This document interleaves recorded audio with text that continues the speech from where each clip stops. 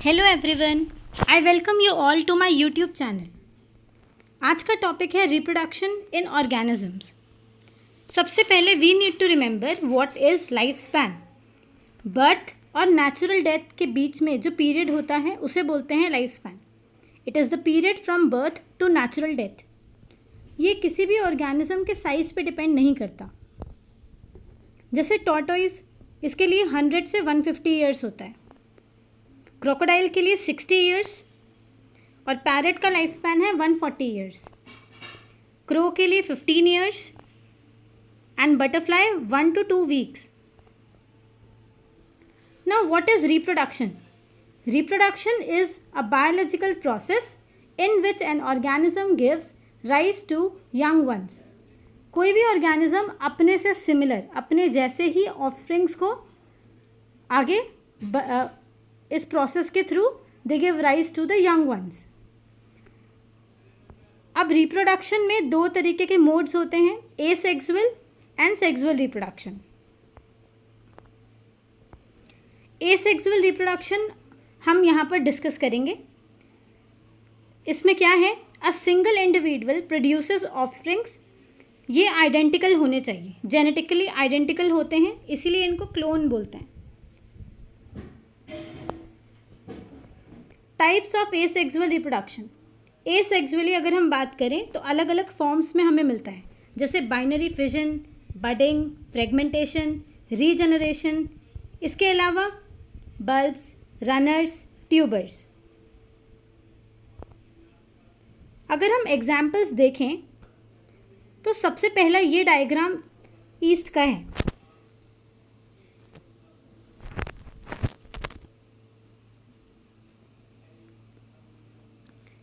ये diagram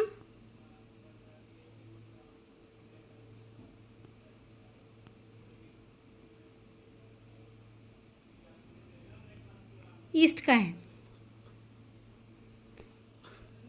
now what is it? सबसे पहले एक पेरेंट सेल है। इस पेरेंट सेल में एक बर्ड डेवलप हुई, ये फर्दर डेवलप हुई और उसके बाद नया ऑर्गेनिज्म बना।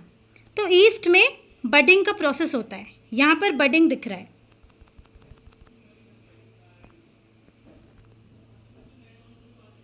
Next we have amoeba. Amoeba में बाइनरी फिजन होता है। यहाँ पर हमें दिख रहा है बाइनरी फिजन का process and at the end daughter cells बन गए दो। ये दो अलग अलग डॉटर सेल्स बनेंगे। So this is the example of binary fission in amoeba, जहाँ पर एक पेरेंट सेल डिवाइड हो रहा है दो में और वो दोनों डॉटर सेल्स हैं। अब यहाँ इसमें हमें एसेक्सुअल रिप्रोडक्टिव स्ट्रक्चर्स दिखाए हैं। अगर हम पहले वाला कंसीडर करें देन इट इज क्लेमाइडोमोनस। यहाँ पर हमें जूस्पोर्स दिखाए हैं क्लेमाइडोमोनस में। सेकेंड डायग्राम में कोनिडिया, ये कोनिडिया पेनिसिलियम में होते हैं। और थर्ड हमें दिखाया है हाइड्रा का डायग्राम, यह हाइड्रा का माउथ और बर्ड।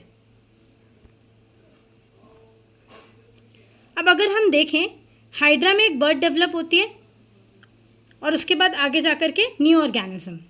ऐसे ही लास्ट एग्जाम्पल है स्पॉन्ज का। इसमें जेम्यूल्स होते हैं और जेम्यूल्स के फॉर्म में यहाँ पर जेम्यूल्स दिखाए हैं और ये सारे स्पिक्यूल्स हैं। तो स्पॉन्ज में एसेक्सुअल रिप्रोडक्टिव स्ट्रक्चर क्या है? जेम्यूल।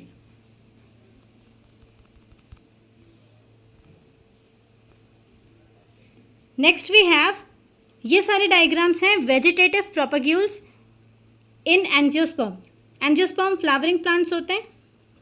फर्स्ट अगर हम देखें तो आइज़, ये पोटैटो का डायग्राम है और यहाँ पर जर्मिनेटिंग आई बर्ड्स दिखाए हैं। देन फर्स्ट डायग्राम किसका है? Eyes of potato. Second diagram देखें, यहाँ पर हमें एडवेंटिशियस रूट्स दिखाई हैं, birds end nodes. Basically it is the diagram of ginger. Rhizome दिखाया है। थर्ड में दिखाया है बल्बिल, अगेव का डायग्राम है। और फोर्थ वाला बहुत कॉमन ब्रायोफाइलम, इसमें लीफ बर्ड्स दिखाए हैं। These are the adventitious leaf buds. अब बहुत इंपॉर्टेंट पॉइंट आता है वाटर हाइकेंथ। ये जो वाटर हाइकिन्थ है इसके बारे में एक केस इम्पॉर्टेंट है, वाटर हाइकिंथ में ऑफसेट होता है। अब क्या है, वाटर हाइकिंथ को क्या बोलते हैं? Terror of Bengal, terror of Bengal बोलते हैं। ये वाटर हाइकिंथ है, इसे टेरर ऑफ बंगाल बोलते हैं। एक एक्वाटिक प्लांट है बेसिकली। सबसे इम्पॉर्टेंट बात वाटर हाइकिंथ के बारे में, it is the most invasive weed. ये स्टैंडिंग वाटर में ग्रो होता है and it drains oxygen from water. इसके वजह से क्या होता है, फिशेस का डेथ हो गया, एक्वाटिक ऑर्गेनिजम्स का डेथ हो गया।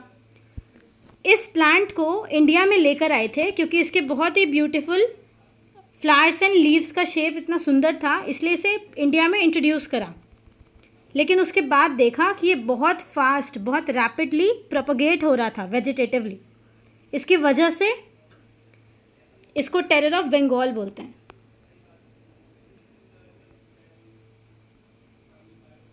Thank you.